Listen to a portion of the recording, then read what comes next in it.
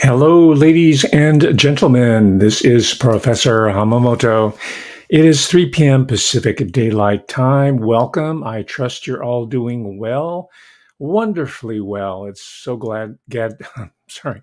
It's so good that I'm back with you here on the live stream. I want to take this moment to thank the Honorable Michael Shrimpton for holding it down last week. We had pre-recorded interview. It was an extensive 2-hour interview, and I broke it down into two parts. And I'm mentioning this because if you haven't seen it yet, please put that on your playlist, on your queue. You have to watch it. There's a lot of new material there, a lot of novel insights that still have people reeling. Why not Germany? Why has Germany escaped any really significant scrutiny so far as intelligence operations? I mean, leading up to World War One, and certainly throughout World War Two, they were high profile so far as the public as well as media attention is concerned. Then, I guess in the post Nuremberg period, during the decades of rehabilitation, they've kind of remade themselves into a friendly ally of the West. There are no allies in world politics. There are only interests. I think somebody who is a member of the British Empire said something to that effect. So you were introduced to the Deutsche Verteidigungsdienst, or the DVD for short. So check that out, two parts, each about an hour long. It's going to be worth your while. This is a legacy piece. This is a two-part series, the one I did last week, that people are going to be watching for the months and perhaps years to come, so long as it's posted. Certainly, it's going to be part of my archives. And I think in the future, very near future, both journalists and scholars and historians are going to be referring to this piece, especially the contributions of Michael Shrimpton. And this is not just hype on my part. I can recognize innovation when I see it. I can recognize really solid material. And some of you may quibble with bits and pieces. I mean, you quibble in bits and pieces with my work as well, or you choose to. That is the camerati here, the people who like to make comments as a matter of sport. I guess it gets boring playing video games, so you have to take a break every once in a while. But those, oh yeah, they take some kind of minor point and blow it up, and it's really not even the thrust of the talk. So I'll leave that all aside for the moment here. As you can see by the description here, I'm going to be delving into what I refer to as the synthetic psychopathy. Okay, that adjective, that qualifier is important. Synthetic. That it means it's a creation. It's a laboratory. It's a classroom. It's a lecture hall creation. There is psychopathy, but it's a really small percentage of what has been diagnosed or what passes for psychopathy today, according to the DSM or whatever other so-called objective sources that you want to look at. So that's what I mean by synthetic. That in itself might not be so alarming to you, except for the fact, and this is the thrust really, I'll get right to it, of this talk today. And that is the contention that I'm making. You don't have to buy it, just ponder it, think about it, mull it over, talk it over with your friends, your colleagues, your enemies. Maybe that's why they're your enemies, because they think you're nuts. But discuss it, talk amongst yourselves. It's my contention, I'm not unique in this by any means. It's my contention that this synthetic psychopathy that's been developed over decades, and I'm going to review some of my own work very quickly, right, to show you that there's continuity in my argument here, and also empirical validation, evidence, if you will, that supports my contention that the end game for the neuropsychiatric establishment, the new demigods of the New World Order, or I call it the Biocracy. We're going to talk about terminology. We need new terminology. With all respects to the people who are invested in the notion of technocracy, and I know we got fanboys and fangirls who, it's just like cultural imprinting. The first book they read, it rocked their world, and they're going to stick with it until the day they die. So, if you're If you're really invested in these terms, that's fine. I really don't care. But, and I don't come up with these new terms just for the sake of novelty or so that I can have some sort of perverse satisfaction of planting the flag on a new concept. These are, in my world at least, these are shorthand terms. These are easy ways to discuss, easier ways to discuss complex phenomena, social, cultural, science, math, whatever it is, right? It's a shorthand. So I refer to the biocracy. I don't know if I can lay claim to originating it. I would be surprised if I was the first one to ever come up with it.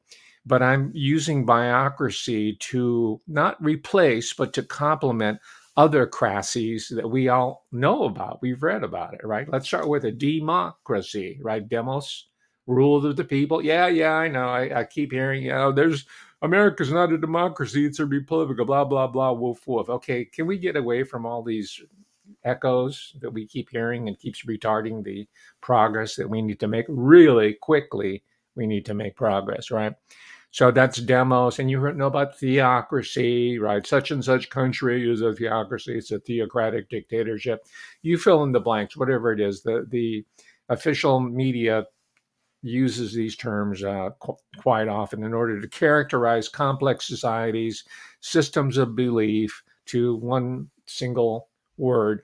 So I have coined this term, or not coined the term, but I'm introducing it here for your consideration of a biocracy. And that is a system of governance, centralized. It has to be highly centralized, right? It has to be run through the United Nations, World Health Organization, National Institutes of Health, and all their subsidiary franchises, right? That is what's really controlling our society, our economic, that is, financial institutions, our culture. We think in biocratic terms, just as not long ago we were thinking in technocratic terms, right? Part of a technocratic society. Tons of very well-selling books, not bestsellers. Well, maybe they are. Alvin Toffler. I don't know if you remember Future Shock.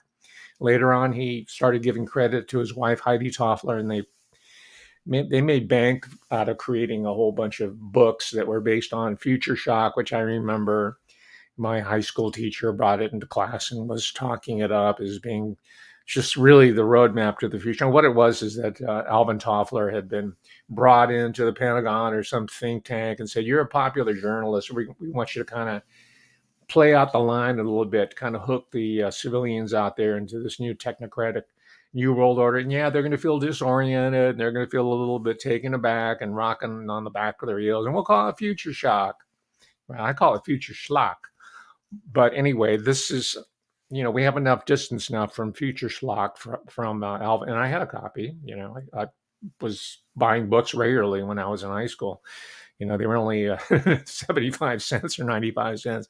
So I took all my dishwashing money and blew them on paperbacks. And I still do that. I still wash the dishes and I blow my money on paperback. When I say blow the money on, it's money well spent, especially since books are going out. Anyway, that's another topic. So I'm coining these terms. I'm telling you, I'm giving you the heads up that I would like to put into circulation. Start dropping them. People say, "What do you mean biocracy? This is a democracy. This is a republic. This is America." Well, it used to be, or maybe it never really fully was. But while we were amusing ourselves to death and playing video games and chasing phantoms, playing Pokemon Go, or whatever it is, the biocracy kind of snuck up on us, didn't it? And most of America didn't realize that until about February, March 2020. Now, just about everybody knows about the biocracy. They may not call it the biocracy, but they know something's wrong. They know something's up. And this is an opportunity for us, but we need to really make some quick progress here. We can't be dicking around with these old terminologies, the Illuminati and the Freeman. I mean, by the way, I'm going to return by the end of this talk today. I'm going to return to this if you really want to know where it's coming from, because it really is part of that agenda.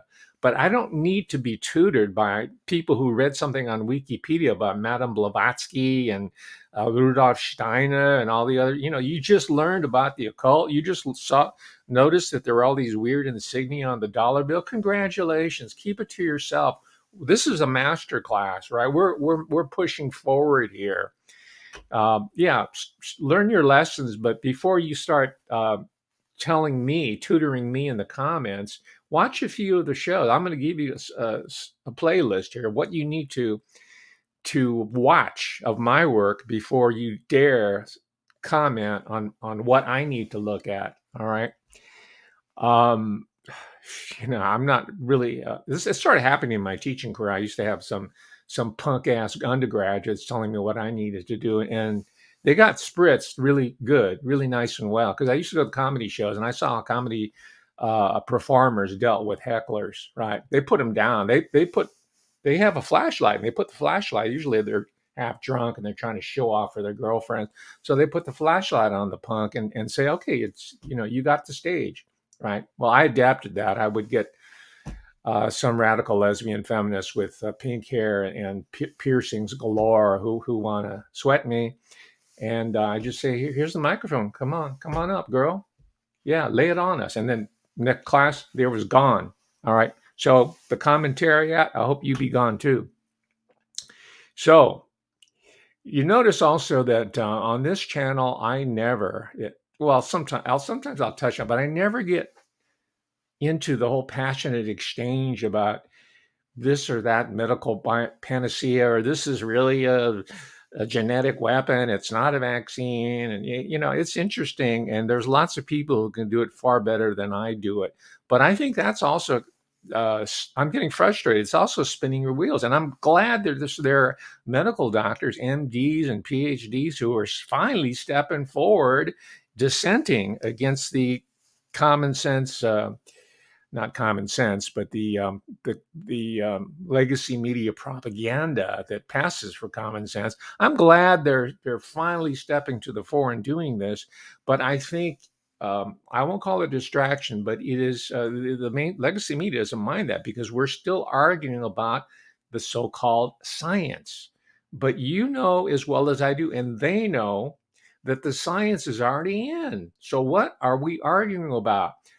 That's why I do not talk about whoever's out there. I've got a whole shelf of books that have been produced over the past 2 years, or starting from attorneys like Robert Kennedy Jr., good man, good work, good organization, up to the point where it just keeps the dog keeps chasing its tail in a circle while the biocracy goes on its merry way, and you have all these unindicted creatures, these miscreants walking around just kind of laughing at the whole fiasco they've created and seem to be getting away with.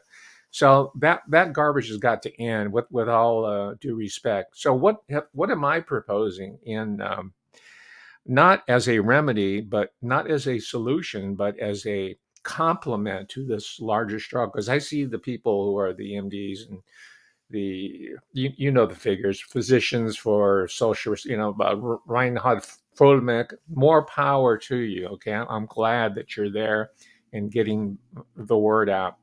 So what am I proposing to complement this? Well, this is something that I have done since I was a kid, working at Sambo's, washing dishes and buying paperback books. I was reading fiction for the most part, not science fiction, literary fiction or popular fiction. I really didn't really discriminate. So I'm returning to my first love. I wanted to write fiction. I wanted to write novels. I wanted to write short stories. I didn't realize that most of those column inches in the New Yorker and whatever journals, literary or mass journals, or even the Reader's Digest, I would send jokes in because it said, we pay $50 for every joke that's well. And I was so stupid and naive um, to think that I had a chance to be published on the basis of pure merit. I didn't know that all those magazines were run by intelligence agencies and that all the people that were in there were brought in. They were groomed, they were cultivated. The J.D. Salinger story, Joseph Heller, you name it. there are very few. And the ones who didn't go along with the program typically were harassed by the FBI, and eventually they were pushed to suicide. I'm speaking of Ernest Hemingway, right? And he's not the only one, but he's probably one of the more prominent people that you might be aware of. So the point is, I'm returning to fiction. Now I go back and forth. I can read the hard science. I'm still a social science wonk. I read the psychoanalytic literature. I can read the academic journals. I understand them. That's why I went into doctoral work, because I wanted to be a better fiction writer. But somehow that the world of academic literature and journals sucked me into. I said, "Wow, this is really." So I went into that area as well. I won't say I straddle both areas, because I have written fiction. I've written a number of novels, and none of them have been published. Guess why? Because who am I? I'm not one of the anointed ones, and I know how it operates, because someone who does supposed alternative work told me she worked in a publishing house, and she laid it out for me. She knew these authors that I knew, and knew their. I'm not going to give her name. You probably recognize her name. Uh, right off the bat, so I don't want to embarrass her. But it turns out she was just trying to sell me product, right? Little garbage. She's had me writing up like an or. So, well, just make it a check for $200 donation, send it to me, and I just got a box of crap that she was marketing. So I pretty much crossed her off the list, and it didn't surprise me, because even in our realm, it's just full of hustlers and fame whores and pimps and whoever else, like any other institution, right? Um, so today I'm going to be talking about The Bad Seed, not the film. I'll have allusions to it, but I'm going to talk about the fiction. And I'm not one of these people that say, well, there was this Filipino American woman I met. I was talking about a film. She says, "What have you read the book?" And I said, "No, I read the film." She says, "Well, it's nothing like the book." I said, "Of course not. It's the film I'm talking about, jerkwad." So I'm not one of those people who say, "Oh, you got to read the book," because we're talking about two different art forms. And the film, this is the last time I'm going to compare the film with the novel. There's some departures from, but it's relatively faithful to this. They're two different forms of expression. And I think the advantage that the printed word has, the fiction has, is that they can more, I think, in a detailed, measured fashion, go into some deep psychology. They can get into the inner, and that's really where the modern novel comes from, by the way, psychology. Before the discipline of psychology was even devised, people were writing fiction, right? And out of that, it's no shock that people like Freud were men of letters first. Jung, all the great people that we know and associate with psychology, or to a lesser extent psychiatry, were very much steeped in the classics, and also contemporary fiction, film, theater, all of it, right? So this is not an innovation that I'm bringing to the table.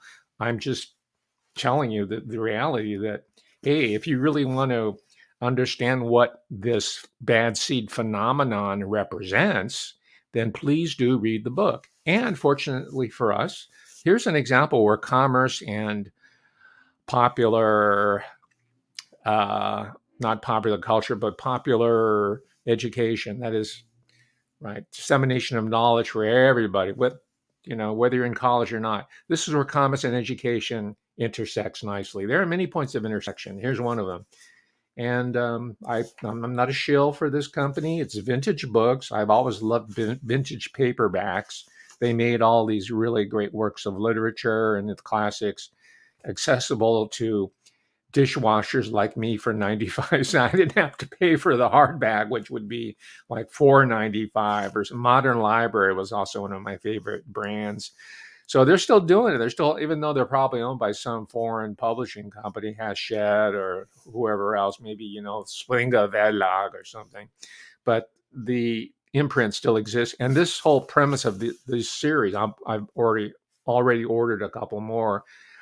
It's called the Vintage Movie Classic. So they're reissuing these novels that were made into movies that we all know and love, even though not everybody's seen The Bad Seed. I recommend it.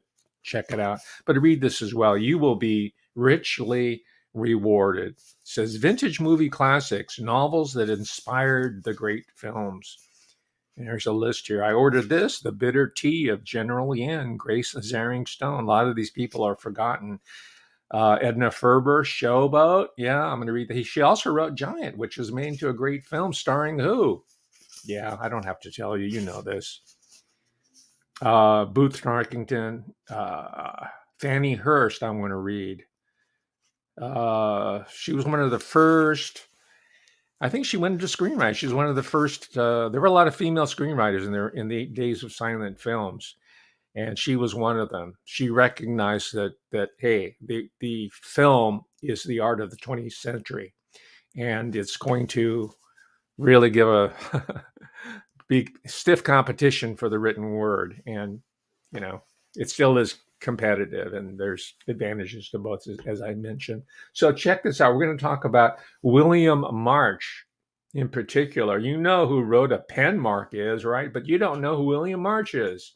For those of you who don't know Rhoda Penmark, ladies and gentlemen, I bring you one Rhoda Howe Penmark, aka the bad seed. Oh, yes. There you go. All right. That's enough screen time for you, Rhoda. You know Rhoda Penmark, but you don't know William March. This is the handsome war hero, by the way. I don't use that term lightly and with any irony at all. He is a war hero, a World War One. Right. We know a little bit more about World War II and the OSS, and for a lot of us, that's where modern history begins. And yeah, it's an important pivotal moment, but we have to push back the timeline to World War One in the U.S. in particular.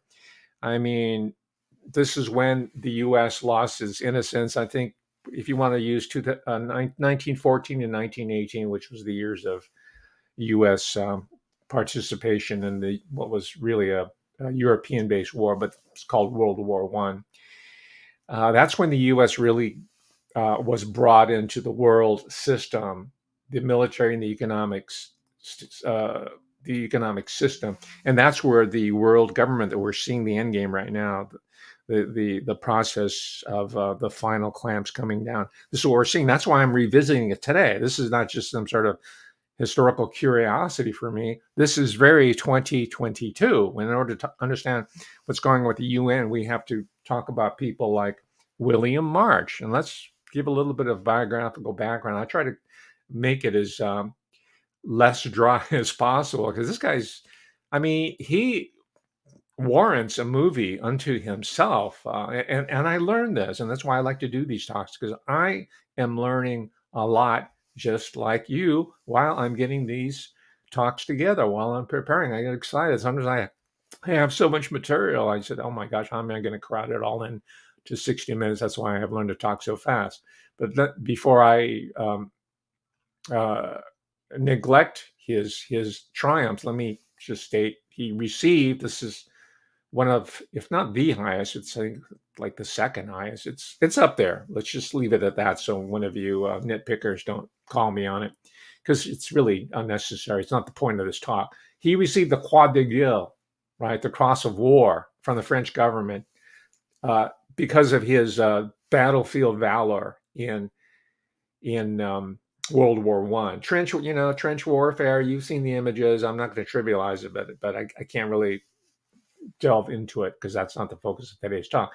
But in addition to that, ladies and gentlemen, our own William March, American, received the Distinguished Service Cross from his own. He was a U.S. Marine, from his own military. And the third, this is the trifecta, the Navy Cross. And as you know, the Marines are, I don't know if division is the proper term, but Marines are connected to the U.S. Navy, even though both branches of service try to deny it. You know, there's a healthy rivalry between the branch. Understand, as there should be. You have to think you're the best, otherwise you're doomed. But anyway, the point is he won these three awards, and the reason I mention that is because once you know that he saw men, his buddies, his friends, his enlistees, right? The people who enlisted with him, volunteers, a lot of them.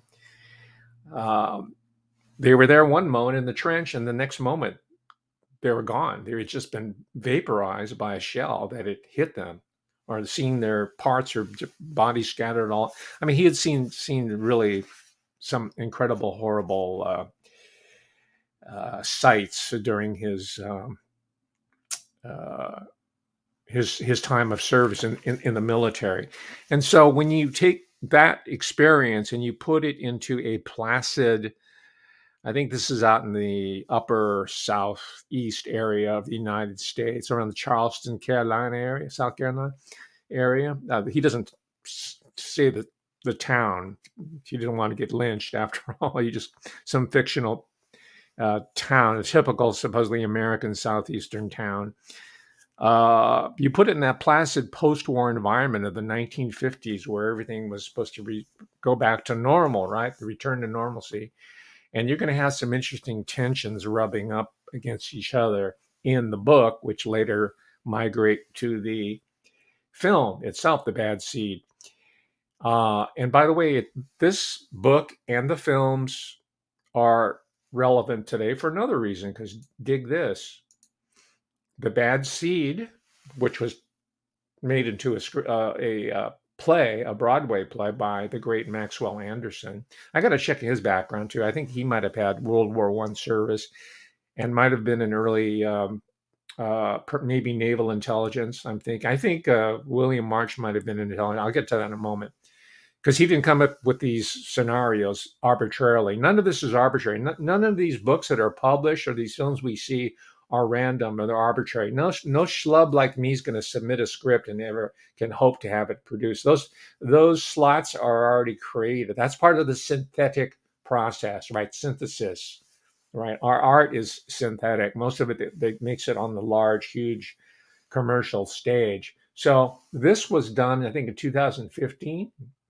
It was a revival of The Bad Seed. And before that, there was a remake. Here you go. I don't know if you can see it. Of the film. There's Rhoda Penmark on your left, and I don't know who the other actress is on the right, but guess who did the remake? Lifetime Network. We've talked about Lifetime before, right? The Looking for R. Kelly. I can't remember the exact title. There was a multi-part series on R. Kelly, and everybody got into the whole R. Kelly hate mode. I'm not saying he's a nice guy, but I'm saying this is how they like to wag the dog here, right? And Lifetime is the dog wagger for females, for women's. This is the women's network, right? Lifetime. So, and there's a lot of meat here, right? Raw meat, red meat for women of the 1950s. They've got some devious women's in here, devious, and their aspects. I guess and this is where literary criticism comes in handy. I wish the people at the university would return to good old-fashioned literary history instead of so-called literary theory, which was also a intelligence coup d'état against discussion of works like this. But William March, uh, let's see, let me get this off the screen here. Yeah, Lifetime is I'll just leave it at that, and you can look in the playlist to learn more about that. Is the female segment of the resentful audience that wants payback for gender oppression. That's my own editorial comment. In a sort of genteel, marketable, commodified fashion, you get your yah-yahs out by watching about the horrid R. Kelly and whoever else, Michael Jackson, whoever else that we need to hate for about 3 minutes time. So here we go. There's any number of articles, academic, I'm not going to bore you with them, I promise, that talk about the relationship of mental health, as is known today. Back then it was called shell shock, the relationship between World War I veterans and their incomplete readjustment to civilian life, and how the psychiatric and the therapeutic establishment in general really got a boost out of World War I. And many of you who are watching this channel know the backstory of the Tavistock Institute. You know that Tavistock was founded in order to serve the needs, quote unquote, of returning World War II veterans. And there were hundreds of thousands of them of different countries, right? I'm talking about in the aggregate, including the U.S., but especially in Germany and in France, in Britain. I mean, we have great writers like C.S. Lewis who were in World War. They were on the field of battle. They lost good friends, schoolmates to it, right? The war to end all wars, the Great War, as it's been called by, well, historians in general, but there's a minor industry of literary critics, Paul Fussell being one of them, and historians that have characterized it in that fashion. I'm not quibbling with that. But in addition to that, there's a whole body of psychiatric medical literature on these, let me get this off the screen, the returning veterans there and their incomplete readjustment to civilian society. Let me finish up with William March, because we can apply the same type of cultural forensics knowledge or research methodology to William March as we can apply to Joseph Heller of Catch 22 fame, since we're talking about world war novels, right? Or James Jones From Here to Eternity. And people like, of course, we mentioned J.D. Salinger. And by the way, in the short stories and even in Catcher in the Rye, the novel, you have this sort of aftershock of people, veterans, right, who return to civilian life and are just completely readjusted. That may be J.D. Salinger himself, who was in U.S. Army intelligence, as most of you know, so I'm not going to belabor that point. So what happened? What did William March do after he came back from war receiving these medals? A certifiable war hero, which he never exploited, by the way. He seemed to be a very humble, modest, old-time, old-school American, like Americans used to be, very, very not boastful at all and not self-promoting and not looking to scam and get over on some guy and trumpeting his achievements and talking about the good old days, right? But he did have a fairly successful career prior to going into fiction. And I say this because that seems to be the pattern for some of these novelists that I've already mentioned, like J.D. Salinger and Joseph Heller, or the guy that wrote the Breakfast Club, right? We're going to do the John Hughes gig, by the way, right? We're going to do that. He had a very solid, Hughes had a solid career in advertising. Joseph Heller came out of advertising, right? We know that the PsyOps guy, Edward Lansdale in San Francisco, came out of advertising. Because, we've all read our Bernays. Advertising is propaganda. Propaganda is mind control, blah, blah, blah. Get people to buy, get people to kill, get people to submit to whatever it is, whatever regime, get people to have bioweapons put in their heads, right? It's called Neuralink. It's Uncle Elon Musk who's saying, "Oh yeah, well, I'm going to save everybody from all you twits from Twitter, but I'm still put them implants in your head." As we say down in South Carolina, your head. We're going to get into your head. All right. So what did he do? Not Musk, but March, because Musk's done nothing. March is a battlefield hero. He'd been to the ringer, right? Well, he became, it says in his bio, which I read here, by the way, and here again, I'm going to give another advertisement to good old-fashioned literary criticism, literary history. Here's a guy, I checked him out. His name's Philip D. Beidler, and I said, who's that? Because there's no bio in here about Beidler. And I said, oh, he's got to be an academic. His intro is really good. And sure enough, I found out he died. God, I think he died in 2022. Right? I wish he's the type of guy I would have, as academics go. He's a guy that I would certainly like to sit down and have a latte with and a piece of pie. Peach cobbler maybe, or maybe key lime, because he's very much versed with the Florida Panhandle and Southern Alabama, right? Which is where William March comes from. And by the way, the William March personal papers are housed at the University of Alabama, right? I want to teach there for maybe a semester or two so I can prowl the archive. Now, I don't want to teach the GLBTQ people or whatever else is they're massaging. I went there when I'm talking about the United Nations and the UNESCO, and they're all paid through in the past throughs, the Soros Foundation, Rockefeller, the usual suspect. I want to hit the archives. I want to do the research on William March, look at his personal papers and the earlier drafts, the typescripts of The Bad Seed and this other novel company. And now I'm on a William March march. I want to read everything by him. I want to find everything I can find about William March. That's how I am. But he wrote his autobiographical World War I novel. If you, it's kind of experimental. It's more like a chronicle, although it's not chronological, but it's very nicely done, very innovative. It was published in 1934, so years after the war. It's called Company K. That was the Marine detachment. It's fictionalized here, but he was detached to or attached to a Marine group, and but all the little, and some of these vignettes are like a page and a half long. These are people he was went to war with. I mean, they were friends of his in the trenches, literally in the trenches.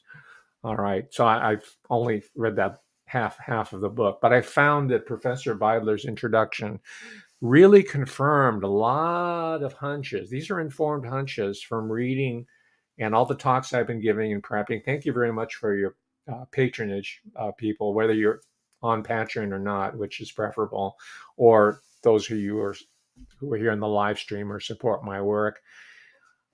Because I'm paying it back to you through these talks by assimilating these books that you helped me acquire through your generous financial support. You and the Social Security Administration have been my savior. I prefer you. I wish I didn't have to get SS, but that's my money. I earned it. That's like deferred savings, forced savings that they're returning to me in an inflationary. See, I was making that money when there was not as much inflation, and I get a payout when the money doesn't go as far. That's the scam that they run on you, and I knew that even back then. But I'm going to make the most of it, and I'm returning, closing the circuit of knowledge, information, and insight to you, sharing it with you. That's the greatest pleasure I get out of this, right? I read it, but I have to share it with you, with anybody that will listen. Please listen to me. You know, if you saw me on the street with a cup in my hand saying, please donate, you would ignore me. But if I'm on YouTube, well, then you'll listen to me for 60 minutes, hopefully. All right. So you saved me from being a street philosopher, someone on a soapbox in Hyde Park, or in the subways as a busker in New York City, where some mentally ill person would try to push me on the tracks, right, and have me cut in two, like all the other Chinamans, right? Well, we hate Chinamans. Oh yeah, we got to shoot them up. We got to kill them.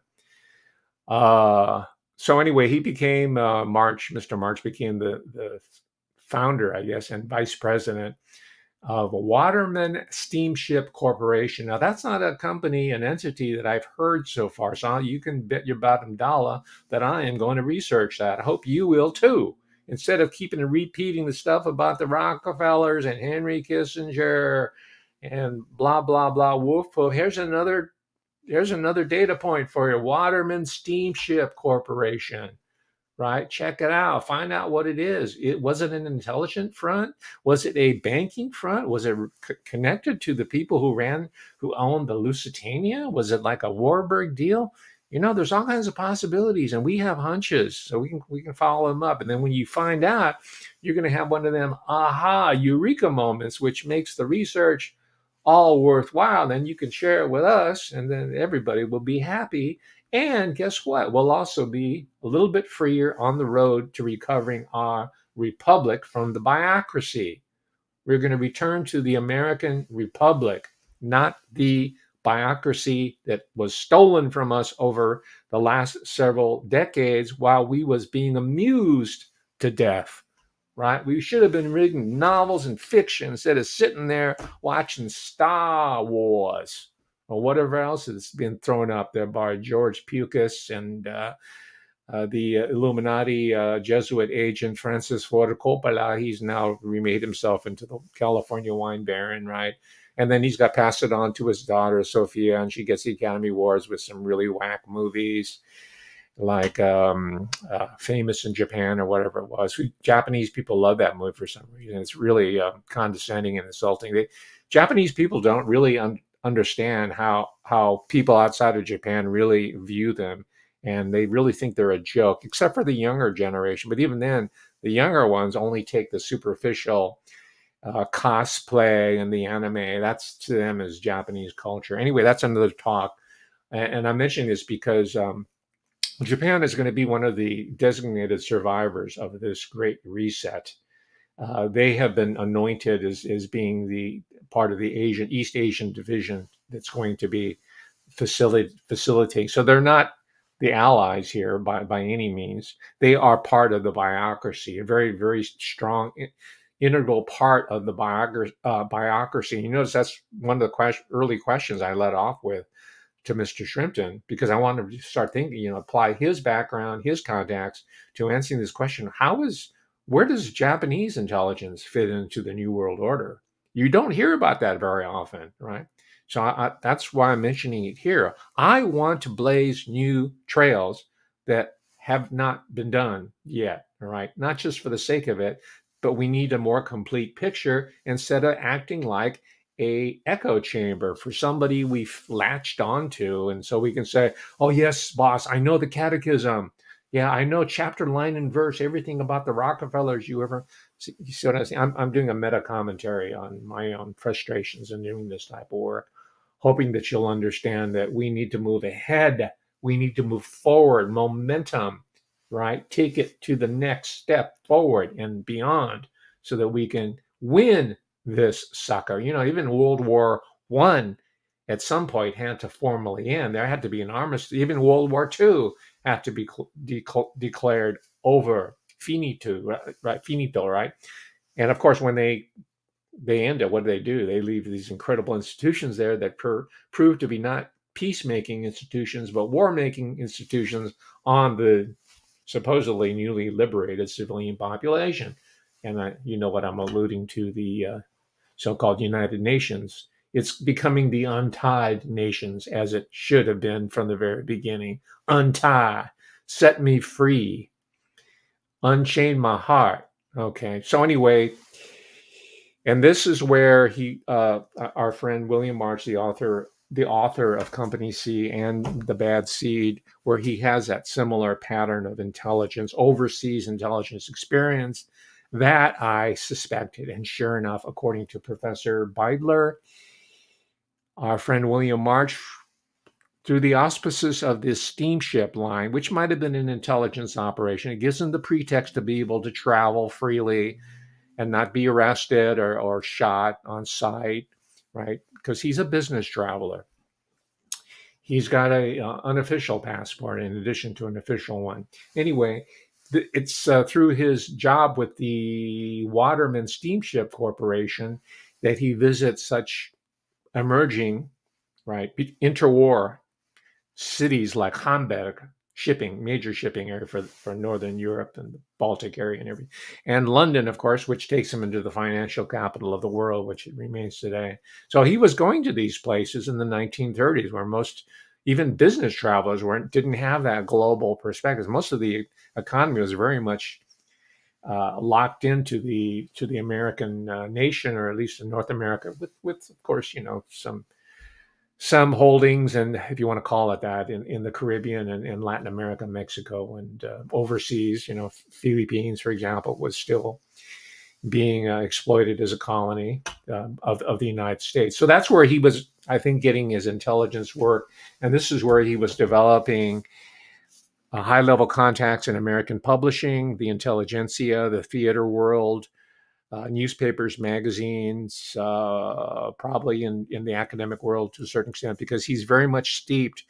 This book was published in 1954. He's very much steeped in his contemporary currents of psychoanalysis and psychotherapy. It looms really large in this book. In fact, the very title itself, The Bad Seed, alludes to this notion that perhaps there are people who are just born to be bad, right? They're born bad. They're bad to the bone, right? They're not because of social deficits or nurture, as it's called, but he's much deeper than that, by the way. The simplistic formula that we hear people uttering, he has studied, he's been handed the folders by handlers about the state of the art psychoanalytic establishment. And this is where the second sense of the word that I'm using from our friend March himself, seed, we're thinking of like a germination seed, a germinal, right? Seed. But That's the noun. I'm using the adverbial form of seed. Marsh's job was to seed post-war America. Remember, this is published in 1954. To seed America this notion of a larger psychopathology amongst normal you and me in mid America or southeastern America and small town America, pre Walmart America. Can you imagine that? Right. Everybody, every little old lady who's peeking through the Venetian blind, spying on the little kitties. Oh, she's so twisted. She's so warped. She might have been gone over to Vienna and studied with or been psychoanalyzed by Sigmund Freud himself, right? Which is part of the book by Mrs. Breedlove claims. And she's in like a little southeastern town, right? Charleston, South Carolina.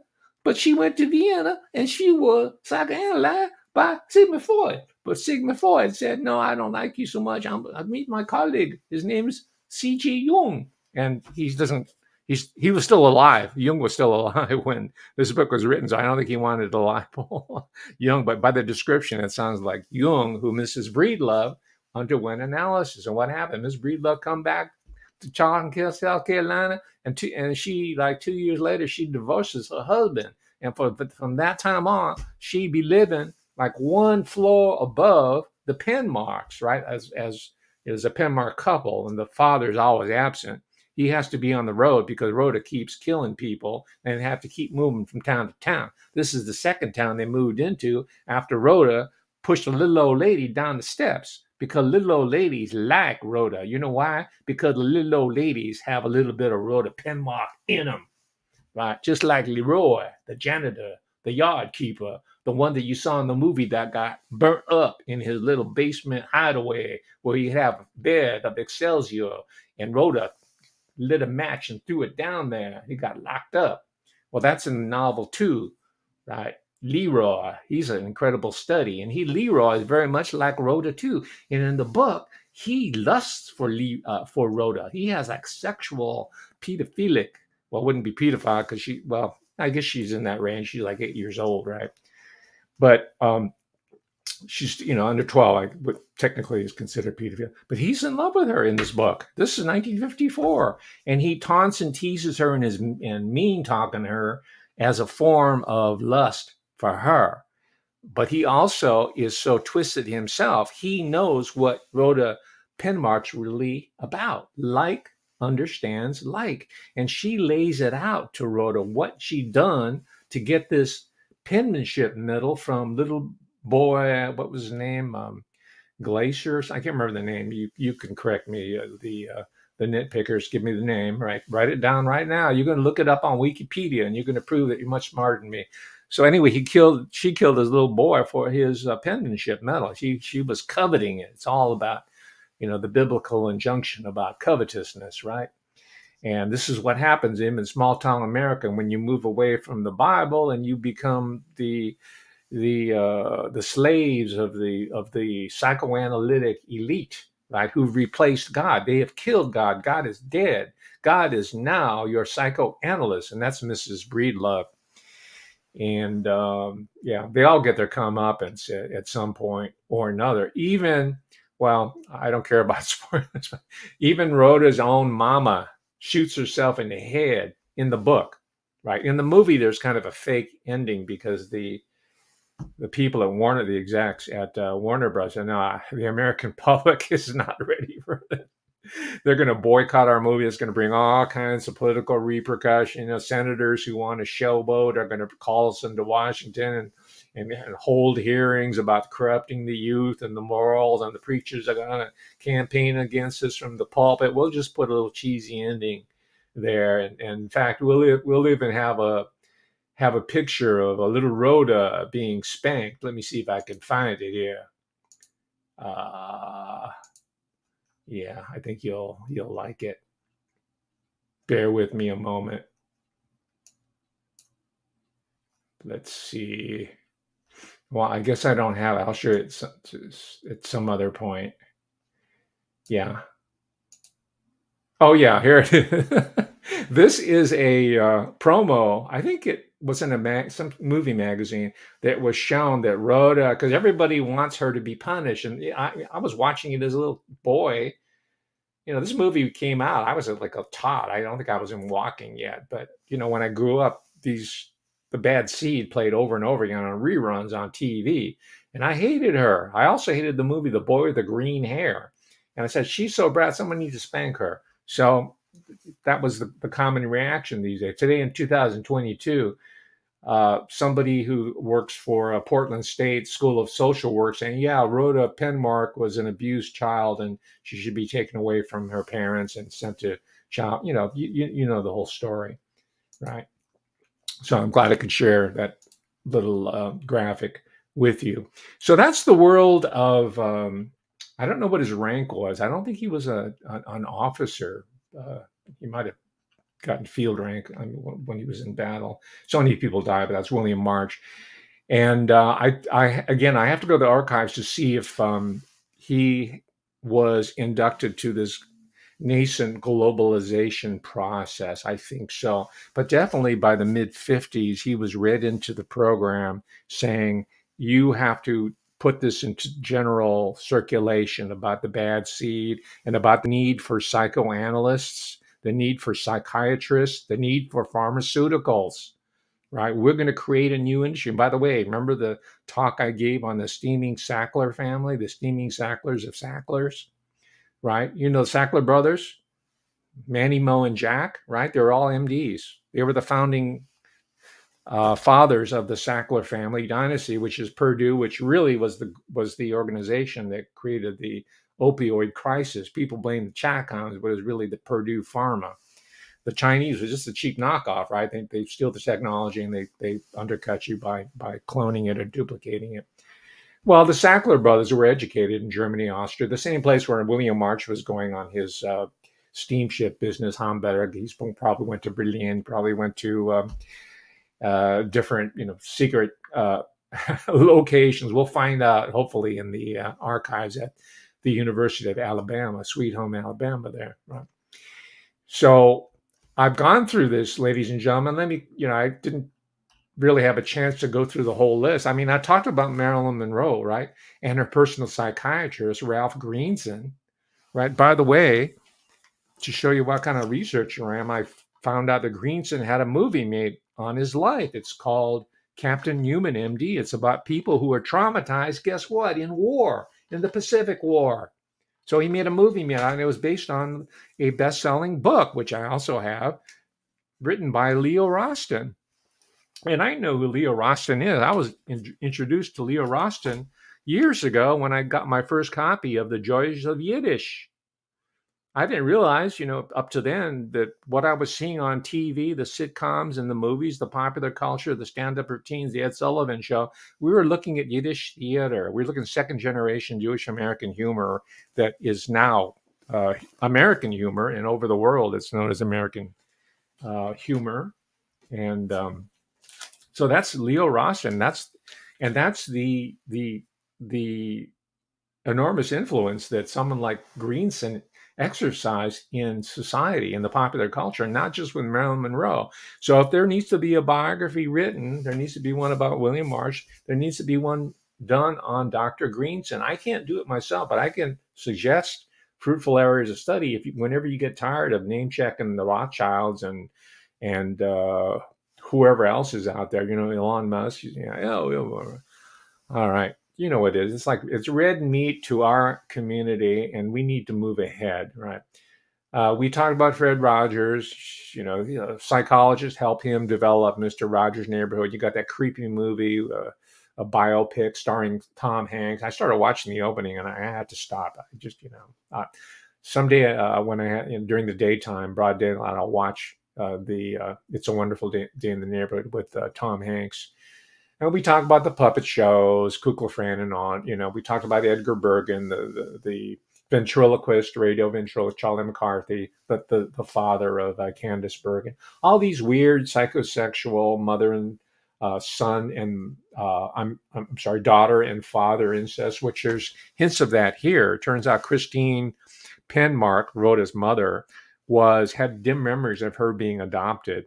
And they don't really get into it, but there's some notion that her adoptive family, the father, his name was Bravo, might have been molesting her when she was a kid, which forced her to have these repressed memories, right? It's just kind of vague memories that were kind of floating behind the operating system here of Rhoda's bad seed. So there's all these different multiple generation and multiple layers of psychopathy, including sex abuse, incest, father, daughter, a cousin, different relations, that makes up this book, which really uh, takes you through it very in a way that a film is just really can't do it. It's no fault of the film form. They're limited to 90 to 120 minutes.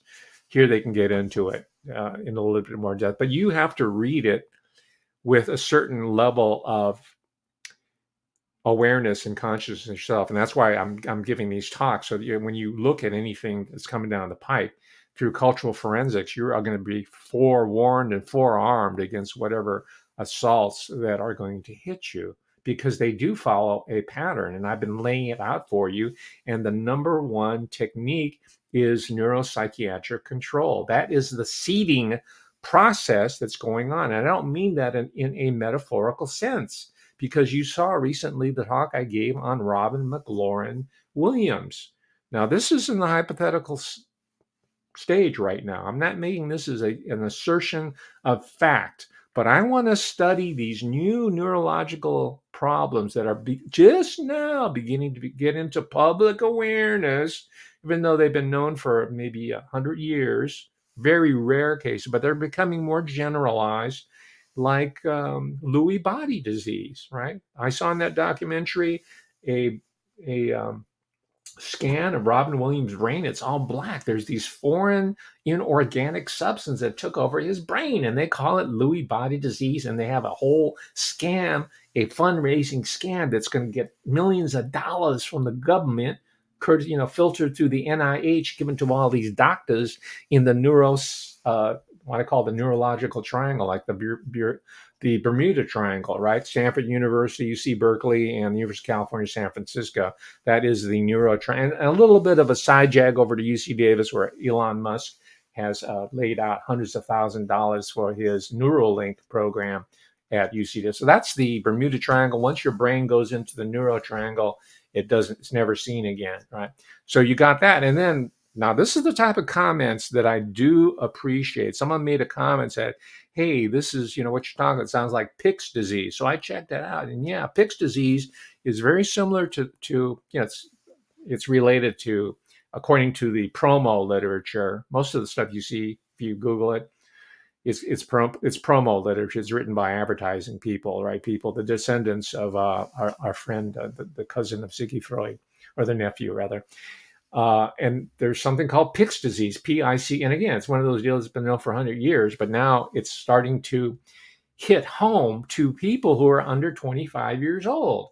You see, if you get someone who's over 60, and Robin Williams, I think, was 65, maybe late 50s, 60, when he started seeing these symptoms, right, of dementia. I'm just using that generically. And I think he committed suicide in 60 when he was 65, somewhere around there. But you could say, well, that he's old, he's going senile, right? We've all seen grandmothers do it.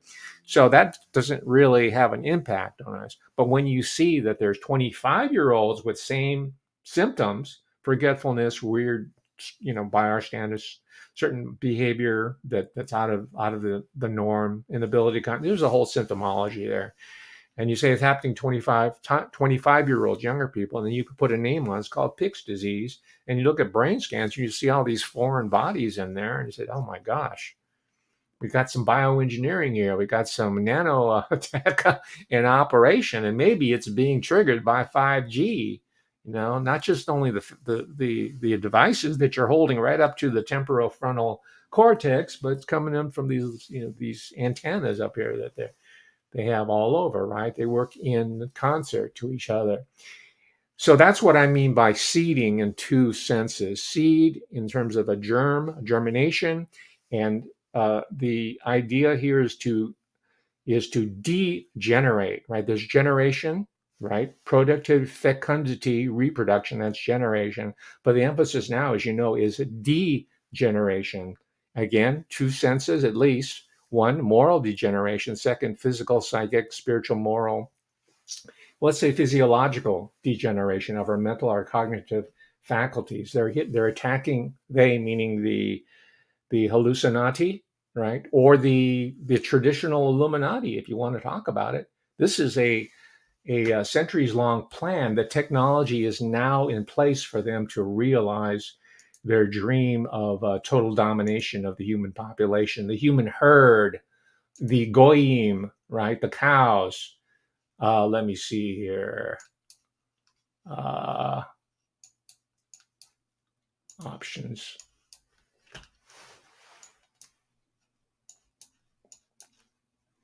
Sorry, I'm looking for a pick here to close out on.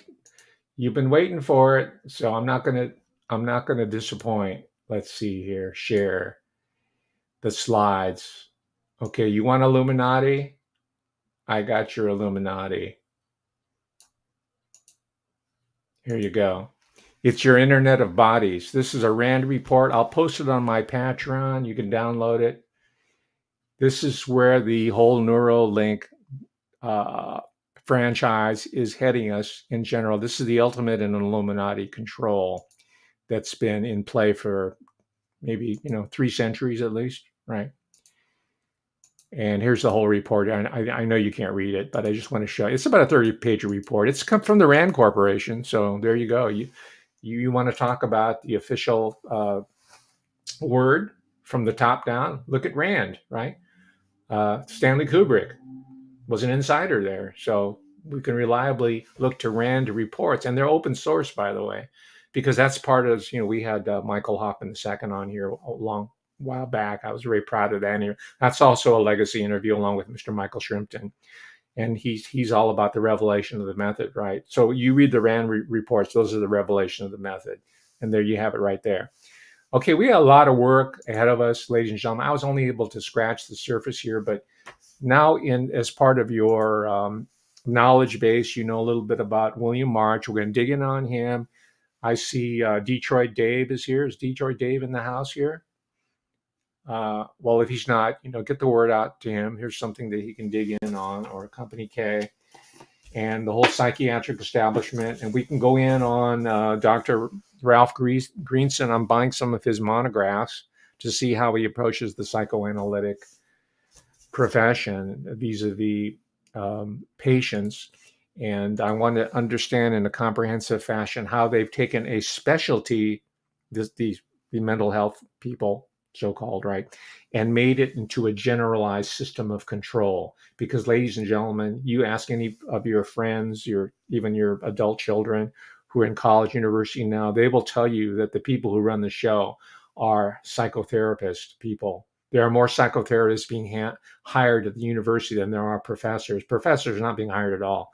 That's why you have all these people who are hired to go to these demonstration Black Lives. Those are like instructors with PhDs who are pissed off, can't get academic jobs. Or they'll go to Portland State and run some kind of psyop there, like baiting MFCC type people or therapists, right? Because they're part of the control opposition. This is where it starts with people like Marilyn Monroe to beta test it and to generalize it, and through the creations of bad seeds and numerous examples that I wasn't able to even really broach today. So that's my time, ladies and gentlemen, just to give you an idea where I'm heading for Thursday, since we're talking about celebrities.